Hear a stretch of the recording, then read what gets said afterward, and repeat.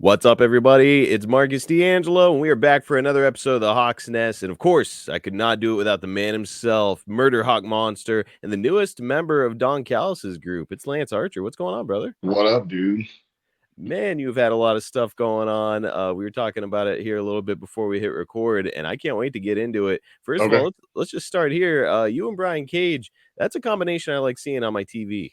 Yeah. I think it's a good combination. It's a combination that, we've tried to have happen a few different times. We've fought each other on the independent scene. We've never actually fought each other in AEW. We've called each other out at different times, but I think, you've got the machine, you've got the monster, you throw us together.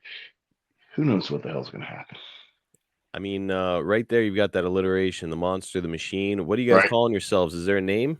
Nothing's official yet, so I'll leave it be right now. We're not putting that out there just yet. There's some stuff that's been thrown out there. Fans have put it out there. I've said it, on socials and whatnot, but everything's just kind of being tossed in the air, thrown against the wall, seeing what sticks. We'll see what happens, man. Well, let me say that choke slam power bomb combination Right? Right? looks brutal. So Yes. I'm excited to see you guys slap it on a few more people here coming up. Yeah. If they get stuck with that, they're gonna wish they hadn't stepped in the ring with us. That's just kind of how it goes. Well, yeah, I would not volunteer for that bump, but I don't think these guys get to volunteer. You guys just snatch them up and make it happen. Look This at is this pup. This is Charlie Brown's debut on the Hawk's Nest. Ladies and gentlemen, this is Charlie. He doesn't like getting picked up sometimes, though, unless he chooses to. Charlie Brown, say hello. Say hello, Charlie Charlie. Brown, come on, He's, say hello. he's like, no. How old is that dog? He's a little over a year. My goodness, that's a beautiful dog. The only pet you have? No. I have three little dogs: Charlie Brown, Buster Boy, and Isabella. Oh man, life on the road with dogs, that's a wild scene, brother. Yeah, they're taken care of though. They're good. He's like, what are you doing here? Where he's like nudging up. He's like, why is he talking in this room? What are you doing, Charlie Brown? He's staring at me right now. All right, the third member of the Hawks Nest has been Right, identified as Charlie Brown. Charlie Brown. Man, I cannot wait to talk about the subject here this Okay. week. It's something really cool, really unique. And I told you beforehand, we were texting about it a little bit, and I Right. was like, "This is some straight up Mortal Kombat shit that you were doing 15 years ago in 2009. You were on an island off Yes. the coast of Madagascar in a tournament. Yes. Yeah. Um, it, wow, was- it was a really cool experience, man. Like the island's called La Reunion. I didn't know it existed.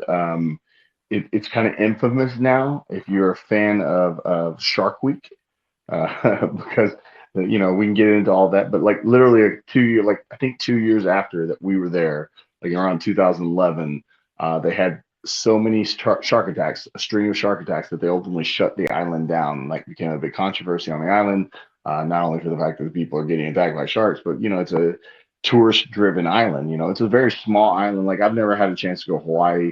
And people were liking it to that because it's a volcanic island and whatnot. And La Reunion is actually a French province. If you've never heard of it and don't know anything about it, so where it's located is off the south coast of Africa, near Madagascar. But it is a French province, so it's owned by France. They speak French. They vote for the French president. They do all the things that the French would do, but on this tiny little island, like I said, off the south coast of Africa, and it's an absolutely beautiful, beautiful place. So not no, you think Mortal Kombat, I think you're thinking of, fiery pits of hell type atmospheres, and this was well, unless you actually went into one of the volcanoes, was not that. the first thing that popped into my head whenever I saw this island, I was like, I assume you had to take some kind of a boat possibly to this island. No, that was well, I mean, the trip itself was insane. So 2009, let get a little backstory to this whole thing. So 2009, I had become friends with these two French gentlemen, Laurent and Jerome, and they used to own a French wrestling magazine, which I actually have stacks of them here because they sent me a free member or not membership, what is it, subscription to the magazine. So I would get them, about once a month of just completely French wrestling magazine, which is actually kind of cool. And it was called La Catch, and they owned this magazine. And my first experience with them was they brought me, a girl named April Hunter, her boyfriend at the time, and a few other people to Marseille, France, in the south of France, right around Easter and everything, which is a real cool experience for me with my faith and whatnot. And Marseille is absolutely beautiful. So fast forward 2009, they were like, "Hey, do you want to do this little island tour?" And what they were paying me, I was with TNA at the time, so I guess in whatever sense, I was the star of the tour. Not a very good choice at stars, but they got me. What is and Yeah, so basically they were like, this is the tour. We're gonna go for, I want to say it was like 11 days. It had 5 shows on the island. It was one day on, one day off. And I was like, yeah, absolutely. So, and it's not a big budget thing. The island was running a honey festival. And I just found that out most recently from Pac, who was on the same tour. And he actually was telling me how this was one of his first real big international things that he'd ever done in the business at the time. And there were some other notable people on the tour, Mad Dog 2020, Matt Cross, I believe, and there was several other English people. I got one of my friends that's here in Texas, a guy named Franco D'Angelo on the tour, a girl who was with TNA for a while, Becky Bayless. I got her on the tour. And like I said, it wasn't a big budget thing. They were like, "This is what we can pay you." It was, for me, it was fine. I wasn't really that worried about it. Like, I just was interested in the experience. But as far as the travel was concerned, no boats were involved, but there were many flights to the point where me and Franco flew out of Dallas, and we flew from Dallas to New York, New York to Amsterdam, Amsterdam to Paris, had like an 11-hour layover in Paris. Wish I was a better traveler than I am, well, as I am now, back then, because back then, having 11 hours to kill in Paris, I would have ventured out into the city and seen some stuff and probably tried to experience some stuff. But I didn't. I literally stayed in the Paris International Airport for like 11 hours, which was beyond Brutal. brutal. And then it was a 14 and a half hour flight to La Reunion, like I said, because we're going from Paris all the way over the continent of Africa to La Reunion. So it was an insane trip. So yeah, like what 4 hours to New York, what 6 or 7 hours over to Amsterdam. It was a quick trip over to Paris, but I had like a 3 hour layover in Amsterdam, and then 11 hours sitting in Paris, 14 and a half hours all the way down to La Reunion to finally get there. And that was pretty crazy travel. I don't know, a boat probably would have been more comfortable actually. That sounds awful, to be on a plane for That that part is. When people wonder why that some pro wrestlers are lucky enough to get paid what they get paid, but get paid what they get paid. And it's not really, the performing in front of the fans in the ring is the passion. It's the enjoyable part. What we get paid for more than anything is the travel, because the travel is insane and brutal and nonstop. You're super early flights just to try to get somewhere or get home, and or you're taking super late flights and skipping time zones and arriving, like, one of my most crazy trips was flying to Japan and wrestling within 3 hours of arriving, for the US title against Juice. I mean, crazy stuff like that. So we're really paid more for the travel than we are the performance in the ring. Yes, it's Jake tells me all the time about how when he first started with the WWF, he had like a 90-day straight tour where Yeah, basically he was just nonstop traveling, and he yeah, was like he would just hand a big stack of plane tickets to the lady at the desk and be like, "I don't know, figure out my next one." right. It's like, cannot imagine that lifestyle. He's told me what he got paid in those days. I'm like, "That's not enough for that kind of travel, brother. Holy No. shit."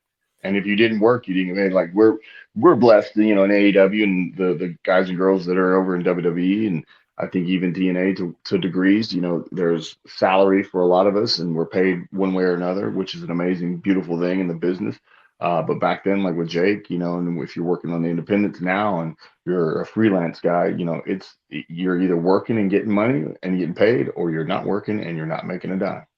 And that's why these guys were working hurt, He had Yeah, a screwy neck for years, and he just kept working with it because, again, it's like he doesn't have health insurance. yeah, There's no health plan. It's like nope, if you don't work, you're literally losing money. yep, big time. It's crazy, man.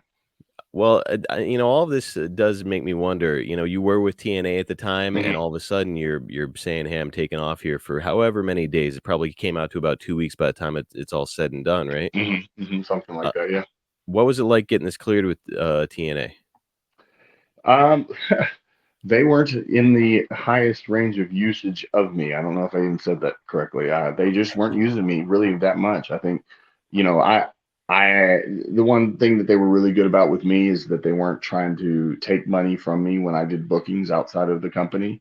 Like I said, I was, 2009 is when I ended my time with the company. And the crazy part about that whole 2009 was I did the Law Reunion tour, and that was like right at the beginning of the year. And then I went and worked in All Japan. Well, I actually did two shows for a small independent company. I may have talked about this before, where I was the last American that Test ever wrestled. Oh, Um, and we worked two shows for a small company who at the time was called Vader Time Wrestling, and Vader was involved. And then me and a couple of the other American boys, Gaijin boys, stayed over and did an all Japan tour, which subsequently, weird turn of events with interjecting stories, is that that's when I had my conversation via old school Skype, or not Skype. Yeah, Skype. Um, it was Skype. I don't know. whatever they were using back in those days. Yeah, yeah, where like I literally had my laptop and had to plug it in, had the big headset and all that stuff, and yeah, and had the conversation with Terry Taylor about how my time at TNA was going to be coming to an end, but they needed me for one last event called the Off the Wagon Challenge. Like I said, and all this happened within like a month and a half period. That is a lot to jam pack into a month, brother. Yeah, And now you're packing up here and you're getting ready to head over to a foreign land. A lot of unknowns, I'm sure, for yeah, you going into this. The flight alone is an adventure. and Um, and basic economy too, man. I mean, I was smart enough to get exit rows, I think, on all my flights, but at the same time, still just basic economy. oh, dude, and a guy your size is sitting in economy for that Yeah. many hours, miserable. Yeah, and Miserable. the trip home actually was funny because me and my friend Franco, who's nowhere as tall as I am, but he was a very wide gentleman, very stout gentleman. And then there was one other guy, and the three of us ended up in the exit row together. And somebody took a picture at some point. We were all just passed out with neck pillows and just smushed into this three person, 3 seat row. These massive human beings at the exit row. I mean, if the plane went down and we survived, they were going to get out of the plane because you had the three biggest dudes on the plane there to yank the door off. But during that flight, it was just pure misery. Just jam packed in there. Yeah. My goodness. Well, let's start to get into the meat of it. Before we do, Okay. though, I'm seeing more and more people filtering in. Guys, if you have a question for Lance, feel free to ask it. If you want to make sure that it gets Shoot me a answered, question. bam, hit us with that super chat, and that'll guarantee that your question gets answered right here on the Hawk's Nest. So, all right, your adventure's over. You arrive at the island. We're setting the scene here. What's it like when you get there? This is why I say that this tour was something like I've talked about this with Pac many times. We were actually just talking about it the other day, and it was one of those things that after the fact, like I would have done this for free. It ended up being one of the coolest experiences my entire career. I've been wrestling a little over 24 years now, and even still to this day, it is absolutely the coolest tour experience in professional wrestling that I've had. Just because, like you said, we had this insane travel to get there, not knowing what to expect. There's this honey festival going on, which I didn't know. I knew there was some kind of festival going on. But the first thing, we get there and we go to this resort that we're in, and we're all having to bunk up, two people to a room type thing. And again, and I say this, very tongue in cheek and jokingly, because I was the star on the tour. Me and my friend Franco got the biggest room. It was like the honeymoon suite or whatever, but it had 2 floors. Had a base floor and it had an upstairs, and both had their own king size beds. A lot of the other people were not so lucky. Once I found out that, I thought all the rooms were like this, but a lot of other people had just like single beds, a downstairs and an upstairs single bed, much much smaller uh, uh, housing. I don't know what to say here.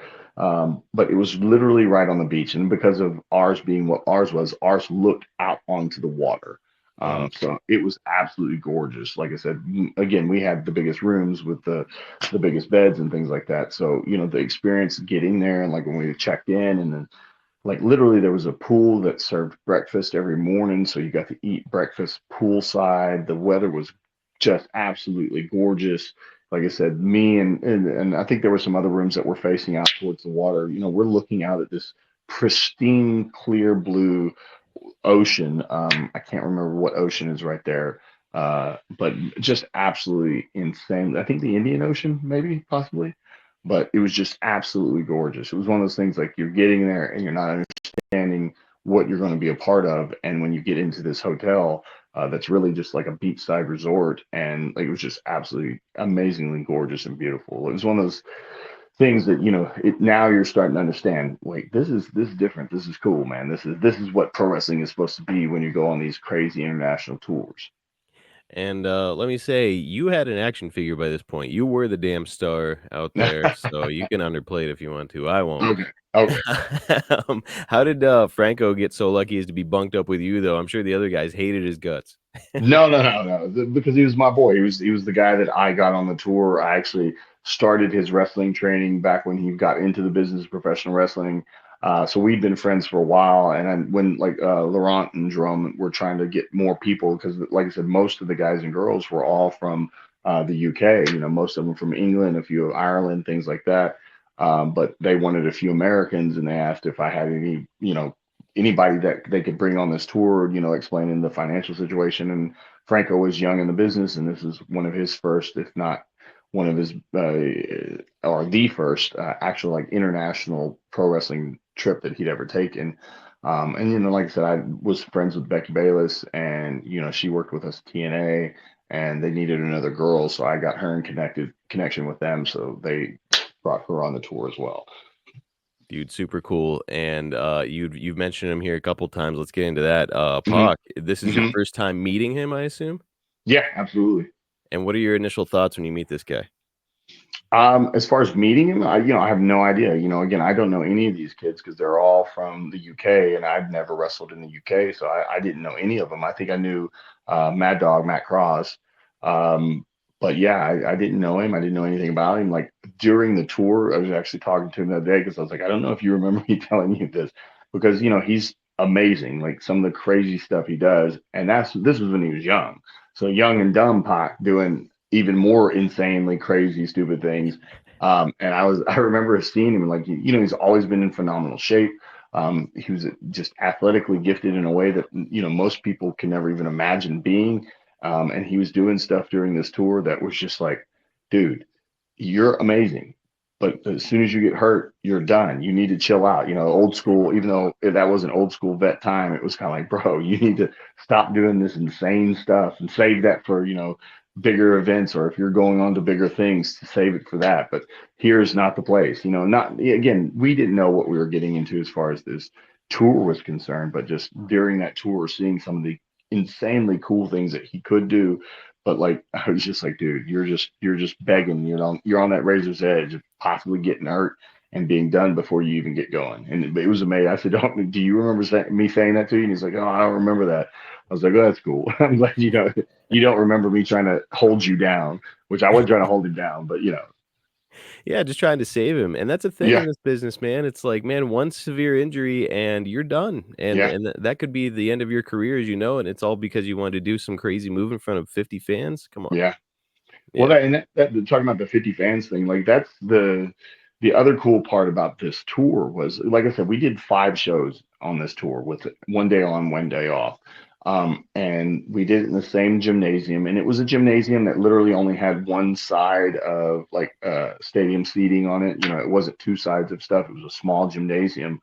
And like, the first night, we did pretty good. Most of the seats were filled. But we were able to tell stories. Like I was the leader of the top heel faction. They had their top babyface champion, and we created stories for the 5 shows with me and my group. Basically going after this kid who's the top European or English champion or whatever his title reign was. And we were pushing that story for every day. So like the first day came, like I said, it was a pretty good crowd. The second time that we had a show, the crowd had gotten bigger. The third time we had a show, uh, completely full on the stadium seating side. Some people filtered in on the floor.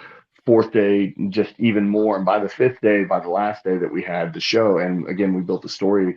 Again, I was the top heel, and we had the top babyface champion.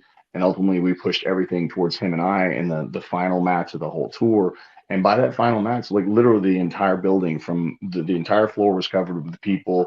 The seating was all filled. They had just opened the doors. There was people looking in through the windows. So like wrestling wise, it felt like a success. And I don't think they were charging people because again, it was a part of the festival.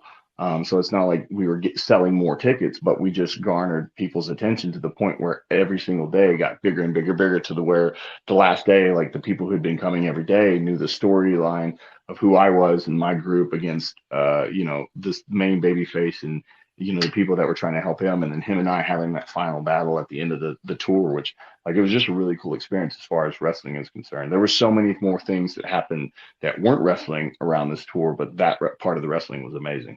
I definitely want to talk about the things that were happening around the wrestling Right. for sure. So we will get to that. And by the way, I see more people filtering in. Guys, if you want Cool. to get a What's question the in, best? hit us up with that super chat. It'll guarantee that your question gets answered.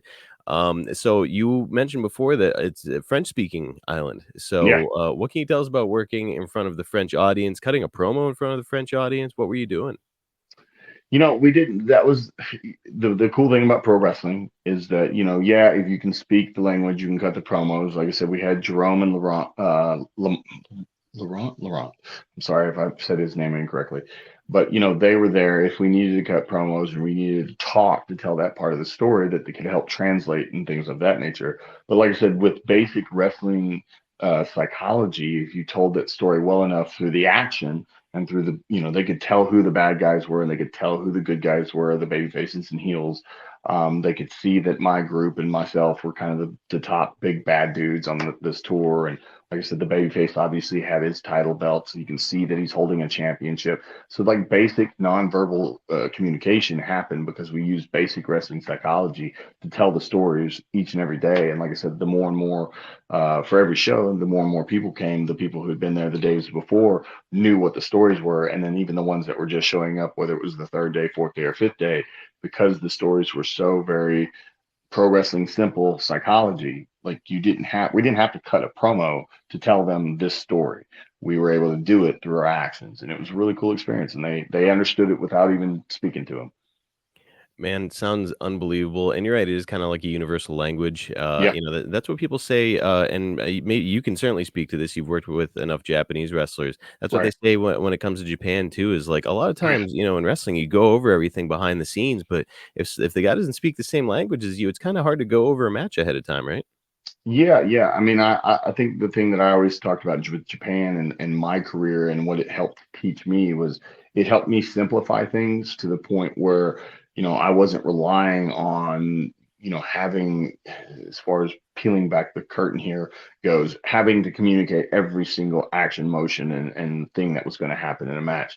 And the simplification of my style allowed more character to come out. And again, people respond to that. And I've told guys and girls throughout, whatever seminar I've ever done, or, if somebody comes and asks me questions, like if you can draw them in emotionally and make them care about you or hate you or love you or whatever the case may be, you don't have to do 1,000 things because they want to love you so much or they want to hate you so much that when you do one thing, they explode upon that because they go, I hate you, so I hate that you did that, so boo to you, or I love you, so I love that you did that, so yay to you. And if you can, like I said, draw that emotional connection from that audience, it transcends languages. So you don't even have to be able to speak to your opponent as much as people think you do. And you can do it in the most simple ways without doing or saying anything. And that even translates to a time and place when you're working with people that you can speak to. Because if you know what you're doing and they know what they're doing, and we're both doing the right things psychologically and selling and action and facials and emotion and verbally, to the audience. And, like with Japan, they never wanted me to speak Japanese. They were just like, just speak English and say it with energy, and they'll be afraid of you because they don't understand you, but they can understand the energy that's coming from you. I love that. Yeah. Big on facial expressions and selling to the people in the upper deck, all that kind of thing, right? Yep. Yep. Big time. Here's a question I just can't pass up. It's not related to Okay. what we're doing here, but I've got to hit it. That's okay. Any ICP stories? Shark Boy, Kid Cash, Jeff Hardy, Rob Van Dam. Let's focus in on ICP. Have you been around those guys very much? The Insane Clown Posse? No, not really. Okay, They we'll they skip it. they they came to TNA a couple times. Nothing but cool when I was around them. No, I don't have any issue with them whatsoever. I think it was Shaggy who tried to do some dive at one of the old Asylum shows and almost killed himself. Oh shit. But other than that, I don't have any good or bad experiences around them. All right, and we'll hit one more of these guys. Shark Boy. Any good Shark Boy stories? Oh, hell yeah. Shark Boy. Hell, hell yeah. Even we even have a Stone Cold impression out of you. You were the man of every impression. No, that's him doing Shark Boy. Shark Boy, I don't Okay. you don't know that he did a whole Stone Cold era of Shark Boy, and like his promos were, oh hell yeah.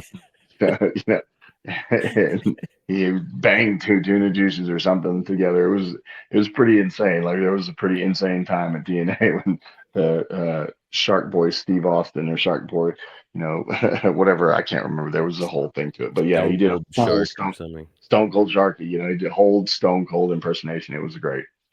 Boy, he feels like he would have been a shoe in for this trip with like the shark situation. Well, like I said, that was after the fact, so thank goodness.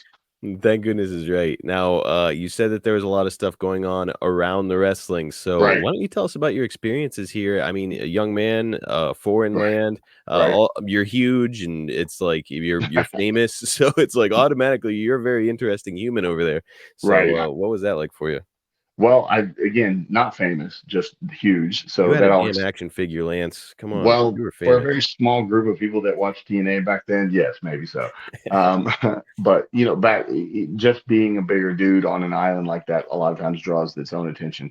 The thing was is like the great thing about that tour was the fact that again we had a day off in between every show. And again, we're on a tropical island. We're on a Hawaiian style island. We're on a volcanic, tropical, beautiful island. And like I said, so like every day was like we're out in the water on this ocean, taking the little paddle boats or whatever, swimming in this just beyond pristine blue water where you were snorkeling and stuff, and just seeing some of the most amazing sights. And because it was, if I remember correctly, like there's a giant coral reef that kind of blocks the wavelength that or the waves that come into the island, so the water's actually really smooth, like where we were. So because a lot of the waves were breaking much further out because of the coral reef that was there. So like you could go pretty far out in this water and it never got horribly deep. Like I said, it was just absolutely gorgeous and beautiful. And the thing was, is like everybody just every single day was out in the sun and trying to enjoy themselves. We went up into the volcanoes at one point. But one of the craziest parts about this was, like I said, because we had a day off every day and we were out in the water, we were out in the sun. Everybody was getting a little burnt. One of the boys, that was from the UK, from England specifically, and they're not known for having the sunniest weather all the time. He got out there on the very first day and got burnt to a crisp. I mean, like bad. Like I don't know if he didn't put on any sunblock, or if he did and immediately went in the water and it just washed it off, or he just was so pasty pale to begin with that he was screwed regardless. So Oh he no. gets burnt. I don't remember his name, and I apologize for that. But he gets burnt so bad that of course, the next day we're wrestling. And then the following day after that, we have another day off. But everybody else, was lathering up in sunblock and things like that and trying to protect themselves. Nobody else got that kind of burnt. Everybody got a little burnt, but nothing to that degree. He stays out of the sun. He doesn't go out in it for the second day off or the third day off. But like the fourth day off, which was the day before the last show, I guess he thought, he'd been putting aloe vera on and he'd stayed out of the sun, the last, 6 days or whatever it was, because it was, day on, day off, show day, off day, things like that. And he'd stayed out of the sun. So he decided, oh, I'm going to go back out in the sun. Oh And no. I'm sure he put on some more sunblock, but again, his skin hadn't healed. But every day that everybody's just leaving him in his, tiny little hotel room or whatever, and going out and playing in the water and going to the bungalows that are on the beach and just having the most amazing times that we could possibly have, and all getting paid a little bit for it, and having some amazing wrestling that was, fully catered by this festival, and seeing bigger and better crowds every day. And So yeah, he goes back out and he gets burnt so bad again that he tries to bow out of the last day to the point where they're like, well, if you're not going to wrestle, we can't pay you for the entire tour. We'll pay you for the 4 shows you did, but we can't pay you for all 5 shows. So your pay is not going to be what it was. And again, nobody was getting paid that much. I was probably, I think, getting paid the most, and it still wasn't that much considering we worked 5 shows and we did this insanely crazy travel. Um, so he tries to tough it out. And I remember this extremely specifically. Like, it is like one of the things that's just, no pun intended, burned into my mind. So he wears a t-shirt. He's just completely lathered in aloe vera and he's poured water on himself. Like, he's doing everything he possibly can. Like, he's got like sunburn fever. Like, if you've ever been burnt so bad, like you Oh, get a yeah. fever because of it. So he's already got that. Like, he feels like crap, but he's just trying to get through this match in this last moment so that he'll get his full pay on this tour. He's mid match, he's doing his thing, whatever's going on. It's not a very big match, it's not a very extensive match, but he goes to body slam whoever he was wrestling that day. When he went to body slam him, he crumbles. Like, he gets the guy up on his shoulder and just crumbles. Nobody knows why, because he's wearing a shirt and all this stuff. So the kind of, I don't even remember what the finish was, but it wasn't very spectacular at all. Like, I don't know if they just went to a quick roll up somewhere there, but somehow they got out of it. So he gets to the back and he goes and he starts to take his shirt off. The problem is when he took his shirt off, skin came with it. It's Oh no. on that shoulder that he tried to body slam, and when they went across his shoulder, it just sloughed a big piece of skin that had blistered from the sunburn that he'd gotten. And it was just one of the craziest things I think I'd ever seen, just on beyond like somebody breaking a bone or something to that effect. Because like I said, he was just trying to get his last payday, which was probably $50 worth. And he just crumbled, came back, giant slough of skin comes off. But Oh no. then the next day we had that 14 and a half hour flight back to Paris. Could you So, imagine?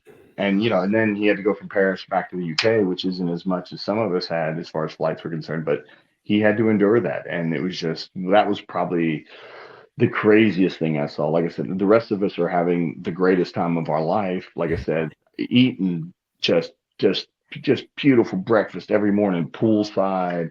Every night we were all hanging out together. I know there was a couple nights that we went out and we were catered to by different sponsors of the situation. I remember one place we went and it was just, we were outside. The weather was just beyond beautiful. All the little lights, they had set up where you're sitting outside, and it was like a curry style serving where you just went around and each pot had either chicken or pork or whatever in it. It was been stewing in whatever kind of curry, some like coconut curry or this and that. Just Amazing. absolute amazing food. We had a big ping pong tournament one of the nights because we all came back. And there's a ping pong table at the front of the hotel, so we were just all out there, just still like 2 or 3 o'clock in the morning playing ping pong and just enjoying life. And like I said, things like that were what made it amazing. There were a couple of crazy experiences as far as injuries and possible injuries that happened on that tour. If you'd like to hear about that, Oh my gosh, yes, please. beyond the sunburn sloughing, Which I uh, can't picture anything worse than that. yeah, I mean, so I had a pretty big scare. So again, we told the story of, like I said, me as the big bad heel, the one kid who was the main champion babyface, and it was like maybe the third show, I want to say. So like he's doing his match, and at some point he's wrestling one of my guys in my group, and I'm going to screw him over. So he's like hitting the ropes, and like he was going to do his finish move or whatever. He hits the ropes and he does whatever he does. But as he's hitting the ropes, like I'm charging to the ring and he's going to hit the ropes and I'm going to scoop his leg and it's going to cause him to fall. And my guy's going to get the big win on him because we cheated, while the ref was distracted and all that fun stuff. And like, as I'm running up to the ring, at the exact same moment I'm up at the ring and I'm a tall guy, he's hitting the ropes. Well, my head is by this middle rope and his ass is hitting that middle rope and it hit me directly in the crown of my head Ooh, and my entire left side just went numb, a completely numb, stinger. like dropped to the floor. And like fairly quickly, almost immediately, like my left leg side came back. Like I was able to stand up and move and whatnot, but my left arm still wasn't moving fully at that point. Got a stinger, like you said, had to get in the ring and hit him with the belt. So like I'm in the ring and I've got it like just barely held with one hand. I'm like, "Rah," and just doing a horrible like belt shot to him, whatnot. And as things are going, like the feelings coming back, the tinglings are there, but it's like dissipating gradually or whatnot. So immediately go to the back and I just sit on the floor and I'm just spooked. I'm freaked out because I've never experienced a stinger before in my life. And the weird, the scary part was that so like, they had some medics on the scene from that were there part of the festival or whatever, and again, they're talking to Laurent and Jerome, who again are French. And everybody's talking, and I'm trying to explain what I experienced, and they're just kind of looking at me and like they have like these are medical professionals, and they were looking at me like they have no clue whatsoever what was happening to me. To the point where like Jerome and Laurent were like, "Well, do you want to go to the hospital? I mean, they'll take you." And I'm like, what do you mean, do I want to go? I don't know. I might be paralyzed, even though at that point, like everything was pretty much back. But I'm still freaked out about it. Hell And yeah. he's talking to them, and they're just kind of like, talk, talk, talk, talk, talk, talk,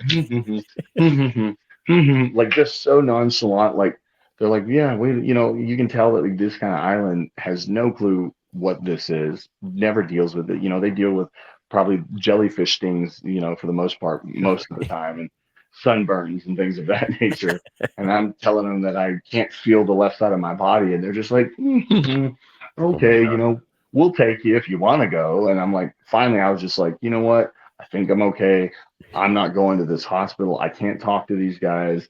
I don't know what's happening here. They're not, there's no confidence in me of what they're doing. Like they didn't come back and immediately were like, don't move and here's a neck brace and we're putting you like there was no like understanding of what the situation was by these medical professionals.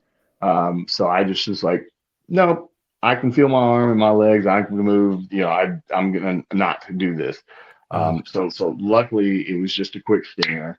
Luckily, no concussion or anything of that nature. But it was just pure insanity. Now, one of Franco, unfortunately, he ended up like blowing out his knee on like the third Oh, or fourth day, or I think it was like the fourth day. It might even been the same day that I did that or something like that. I don't remember. It was one of the days, like to the point where like, and he ended up going to the hospital, and it was like a 15+ hour experience.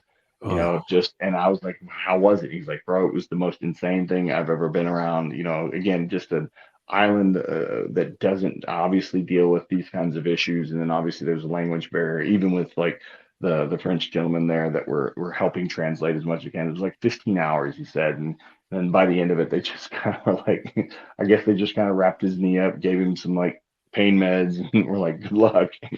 And he had to get everything obviously taken care of when he got back stateside. But he just said it was pure insanity, which made me more happy that I did not go to the hospital when I had my hell no. A 15-hour experience. Plus, like, there's also just the simple basic, like, how am I paying for this? Like, what are we talking about right now? Like, yeah. they're going through the translator. What a mess. Well, yes, very much so. How do you pay for this? Which, when I think you're having an American sense of medical, and a lot of times in different countries because they've been doing it for an extensive amount of time. Like it's just something that's there. And I think a lot of times you end up with those 15-hour experiences because if it's not life or death, you're just put on the back burner until they get to you. Wow. And so some people get seen quicker and other people's don't. So like if you're having a heart attack and dying, then yeah, your emergency service is right then and there, and it's free healthcare. If you're not dying, which I think some of our Canadian friends can tell you about, if you need a surgery and it's not life threatening, it may be 3, 4, 5, 6 months before you get that surgery done because again, it's free, but it's not priority. So I think he was dealing with that situation where he wasn't dying, he wasn't bleeding out, he wasn't, it was no life threatening situation. So he was literally just like, all right, sit there and then we'll get to you when we get to you, which took 15+ hours for them to give him some Tylenol and wrap his knee. Safe to assume that he was unable to continue working during this tour? Yeah, he tried, like he did the very basic of things that he could do. Like I said, he just wrapped it up really tight and just wasn't moving a whole lot. When I say blow out his knee, I was like, I don't know if it was that fully extensive, but it was enough where he wasn't like able to like run and do things on a normal basis. But yeah, he did what he could to earn his money. I'm invested in Franco right now. What became of him in his wrestling career? He's had some starts and stops in the business. He had a major car accident many years ago where literally like he was in his car, it was raining, and somebody was like driving too fast in the rain and like ran a light and tried to put their brakes on, couldn't stop and slid directly into him. He was in a Hummer, and that kind of saved him probably. But it where they hit the front driver's side corner and it jammed his leg to the point where it his left leg just completely got shattered all the way up to his hip, and it pushed his hip past his joint or whatever, like out through it or something. And then his right ankles were pretty much destroyed, or his right ankle was pretty much destroyed. And then I think his knee was a little damaged, like on the right side, but the left side was just all it knocked like the mirror off and like hit him in the head. Like he was Oh, pretty messed up. Like luckily to be alive. So he was out of wrestling again for a while after that. He came back to it. He's had some ons and offs. I know he got into like coaching because he had a couple kids, so he got into coaching. I still talk to him periodically and whatnot. And he started wrestling again. I don't know if he still is right now. But yeah, he started wrestling again not that long ago. But just more local stuff and whatnot. I'm gonna be Googling Franco. You said last name D'Angelo, right? That was his wrestling name, yeah, Franco D'Angelo. Oh, okay. All right. So I'm gonna look him up. Is it D like spelled like my last name, D'Angelo, or D apostrophe A? I couldn't tell you, bro. Oh boy. All right. I got some work to do to find this guy. Just look, he was in Texas, so All right, I'll track him down. yeah. So you're in a tournament. It's the La Hmm. Reunion World Cup, and Hmm. you would win the Yes. tournament. And actually, Uh, you're gonna defeat Franco D'Angelo, and let's see who else: LT Summers, yeah. Matt Vaughn, and Pac. Uh-huh. Yeah. In this final five-way match. So what did you get? Like a big trophy at the end? I do, and I think I'm it's not in this room. I think it's up in my office room, but it's somewhere. I have like some kind of trophy from that thing. Holy shit! So they let you keep it and everything. Yeah, yeah. They were like, well, you can have it if you want. And I was like, okay. That must have been a bitch to travel with, though. Yeah, I don't know. I mean, I stuffed it in my check bag and all that. There you go. Not so bad. Man, that's cool because oftentimes I always hear that like when you win a trophy in wrestling, ordinarily the trophy gets broken by the end of the night, or the company just keeps it and uses it for the next year or whatever. But that's a fun little story. It's completely offshoot of this law reunion conversation. There was one time in Japan, Harry Smith or Davey Boy Smith Jr. and I we won one of our tag title matches or something like that. So and we were in Osaka, and for some reason they were like, when the match is over, stay in the ring, and they're going to present these trophies. And so they presented these small trophies. They were probably about a foot tall or whatever, but it was like a crystal or whatever. So we do it and we get done and we go take pictures afterwards and we do all the stuff, the pomps and circumstance of it. And then nobody had said anything to me. So I took it home. And then at one point, New Japan was like, "Oh, your trophy, where is it?" And I was like, "Oh, we weren't supposed to take that." And they're like, "Oh, no, just, just prop." And I was like, "Oh, well, I took it home and then it broke in half, um, because it was like say crystal, and I'd stuck it in my check bag, and they're not very nice with those check bags, so it broke in half, and I was like, oh, okay, I'll bring it back. I was like, but it broke in half. Do you still want it? And they're like, it broke in half, and I took a picture and showed it. They're like, oh, you can just keep it then. So then I glued it back together, and it's up in my office. Awesome. So, can you see it after you glued it together, like the seam in it? Yeah, for sure. Ah.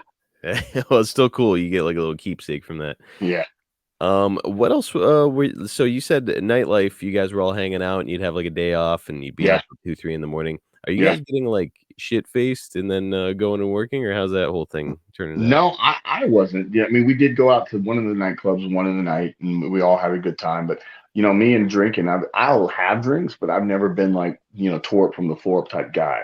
So even when I'm having my whiskey and coke and whatnot, it was never a situation where like I'm just pounding them, even if they're free. Like in Japan, we get those sponsors and they'll take us out, and you could drink as much as you wanted to. And I just never was one of those guys that wanted to just get tore up from the floor up. I always enjoyed having a few drinks and just being relaxed and chill. And so for me, no, I don't remember if there was anybody that got crazy drunk on that tour. Nobody got in trouble, thank goodness. But yeah, if there was some guys or girls that got just crazy drunk, I didn't see it. I'm Well, sure there was, but I just didn't see it. Well, now, any other stories from like outside of the ring? Any extracurricular activity? I mean, a big foreign land, an island, like it got to be a ton of stuff that you can do or excursions you can take, stuff like that. Yeah, I mean, like I said, they took us all up in a van and we went up into the volcano area. We didn't get to see any like activity that was happening at the time. They said there were places you could get to, but you basically had to hike to get to it. And we were at that point, I remember again, because the higher you went into the volcano area, the more just insanely humid it got. So like I remember we got probably about halfway up where we were driving and they were like, we can keep going, and we stopped at like it was a famous church that was on the island. And we, we're doing a little sightseeing and this and that. And like I said, it had gotten to the point where it was so humid up on the volcanic mountainside that like we're all of our just completely drenched and we're just miserable because of that fact. And they're like, we can keep going and we can probably get to an area that you can see some volcanic action, like some flow or something somewhere. But if we go there, you have to hike to get there. It's not something where you can just drive up to it and see it. You have to get out, you have to hike. And like nobody at that point wanted to. We were all just dying from just humidity and sweating and all this went, nope, we're good. We can go back down to the beach where it's breezy and cool and there's a pool and there's water and we can all just relax. So, but that was a really cool experience. Like I've got a lot of pretty shots because when we were driving around the island, like just seeing like some of the natural waterfalls that happen anywhere and everywhere because again, all the rainfall that would happen up on the mountainside would come down. And there were areas that just had just random waterfalls. Like I said, I've never had a chance to go to Hawaii, but I think it basically, from my understanding, that's kind of the visual of what this place is and was. And like I said, because it is such a touristy place, like I said, 2009 is when we were there, and 2011 is when they had all the insanely bad shark attacks, like several deaths and lots of bites and all kinds of stuff, to where the point where they shut the island down. And like I'm pretty sure every year, if you watch Shark Week, when they're not putting the new stuff out, they're showing the old stuff. There's almost always you can see that little show that talks about La Reunion and the Shark Fest, the shark attacks. Wild, dude. Now, was there ever talk of doing another tour with this company over there, or whatever became of them? Right. Yeah. We try. I mean, for the next few years, I remember I would ask Laurent and Jerome, those guys. I spoke with Jerome, I think, more often, and would just be like, "Hey, how about this law reunion? We're gonna do another. We're gonna do another." And I guess because it was a festival, the festival paid for it, and they'd done like two or three at this point. Like this was like the second or third one that they'd done with this with law reunion. But yeah, nothing ever came of it. And I think maybe not knowing that the shark attack thing happened, like I said, 2009 is when we did it. They didn't do it in 2010, and then, like I said, 2011 is when all the shark attacks happened, which I'm sure shut down the island with having the financial means to pay for all that. Because, like I said, Laurent and them were paying. Everybody's flights were paid for. Nobody's like paying for their own travel or hotel. So we were all flown from different parts of the world. Us, me, Franco, and Becky from the U.S. and all those guys in the different parts of the UK, and then like that long crazy flight from Paris all the way down there, and then back home. So the festival was covering all that. So I'm guessing, especially around 2011 when they had to shut the island down, like the money just kind of dried up. Man, and safe to assume you've never been back to the island ever since. Nope, never been back to the island since. Like I said, January of 2009 is when we all went, and like I said, had that insane travel. And then talking about the travel, getting there and how crazy it was getting there. Going home, we were literally all running through the airports to make our flights. Ugh. Because we literally like flew from La Reunion to Paris, and I think I had like 3.5 hours to get from wherever we were in whatever part of the airport was. You had to go through the customs, you had to collect your bags, you had to recheck your bags, you had to go back through security. Like it was such a crazy process. So by the time I got to my flight, and again, it was like La Reunion to Paris, Paris to Amsterdam, Amsterdam, New York, New York back to Dallas, and like got to Amsterdam, and literally, Amsterdam was just got off the plane, and we're walking straight through, right off to the gate and right onto the plane, to fly off to New York. And then even New York, I think I had like an hour and a half, I think, when I got there. Like, whereas everything going there had crazy long layovers and crazy long waits. Going home was just like, all right, we're in Paris, get to your flight. All right, I'm in Amsterdam, you better hurry. All right, I'm in New York, you better get to there if you want to make it back to Dallas. Two very different kinds of stress, but both very stressful. Insane. Yeah. Well, look, this has been awesome. I mean, this is a part of your I talked to the research guy about this whole thing, Mhm. and he was like, "Honestly, I'm having a hard time finding a lot of this stuff, Yeah. about this because there's really not much." So we kinda No. pieced it together. I was like, "Lance and I'll probably just BS a lot of it and just Oh talk yeah. and hear about it." So it's really cool to hear about this 15 years after the fact, Yeah. that you were there. So can't wait to discuss more with you here on future episodes. I do want Cool. to say, guys, if you're in the Pittsburgh area on November 2nd, we're having IWC International Wrestling Cartel is having a show called Winner Takes All. Somebody hurt my hand, Lance. Like one of the wrestlers hurt my hand, Those and I'm gonna bastards. I'm gonna talk to the owner. I think I'm gonna get my revenge on that show, and I'm gonna get a shot at the high stakes title. So if you're in the Pittsburgh area, check it out. It's at Mark's Court Time in Elizabeth. Or if you're not in the Pittsburgh area and you want to see me beat the crap out of somebody, you can go to Triller TV and watch it live. So there you go, pal. I'm stepping into this world. I'm gonna beat somebody up. Next time you see me, I'm gonna have a belt on my shoulder, dude. Sounds like you're gonna do it like one-handed though. Well, yeah, this Are, hand, it's are you it's used to screwed. it? And boy, Sorry. let me tell you, ever since this hand got injured, it's been a hard times around here.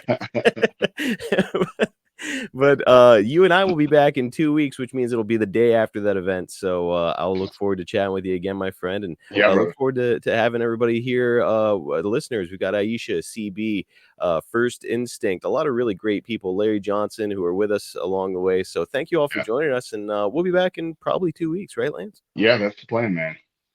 Join Awesome. us for episode 5. Episode 5 of the Hawk's Nest, and by the way, make sure that you're tuning in to AEW Dynamite, Collision, Rampage, everything that AEW is putting out there. You never know when Lance Archer is going to be out there just choke slamming the dog shit out of somebody with some help The from Brian the big Cage. the big online controversy was the braids came out. Oh, I'm so glad you brought that up because it slipped my mind. I would have let it go. Lance, who convinced you to get rid of those braids? I did, man. It was one of those things where I wanted to change, man. Joining the Don Callis family, things have got to change. There's so many people that seem to be afraid of change, and they live rent free, or excuse me, I live rent free in their heads. It seems like, and the insults that flew were fun to endure to a degree, and it's fun being friends with the people that they try to insult you by saying that you look like, and being able to have that discussion with them and laugh about it, and seeing how people get so upset and things like that, and then posting things like the Mike Tyson quote that just got people so riled up, and it's so funny how tough the internet people are, and it is what it is. It's the life of the internet age that we live in. They're nameless, they're faceless, and they're very brave when they're on social media.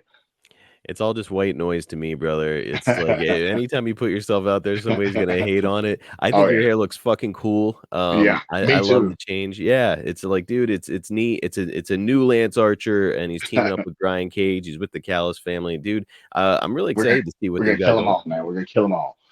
Hell yes. I think some tag team titles are in your future, Absolutely, and we've man. got more Hawk's Nest in your future here coming up in a couple of weeks. Lance, thank you so much for joining me, brother. Thank you, bro. Appreciate you every time. Join us for episode 5 in a couple weeks. Don't miss out. See you guys next time on the Hawk's Nest. That hair.